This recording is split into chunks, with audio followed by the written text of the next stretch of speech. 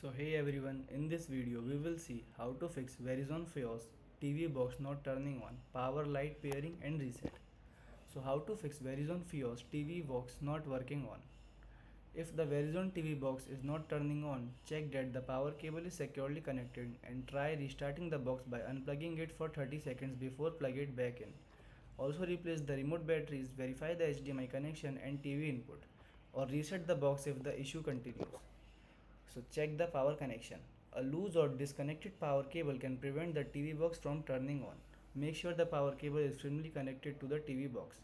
Check that the adapter is plugged securely into the wall outlet or power strip. Try plugging the adapter into a different power outlet. Look for the power indicator light on the box. So second one is restart the TV box. A simple restart can fix temporary system glitches. Unplug the power cable from the TV box, wait for about 30 to 60 seconds, then plug the cable back in. Allow the box a few minutes to reboot. So third one is check the remote control. Sometimes the issue may be with the remote control rather than the TV box. Replace the remote batteries. Press the power button directly on the TV box if available. Make sure the remote is properly paired with the Fios TV box. Check HDMI and TV input. If the TV input is incorrect, the TV box may appear to be off. Ensure the HDMI cable is firmly connected to both the TV and the Fios TV box.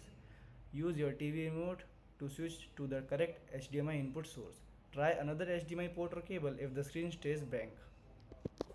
Thank you.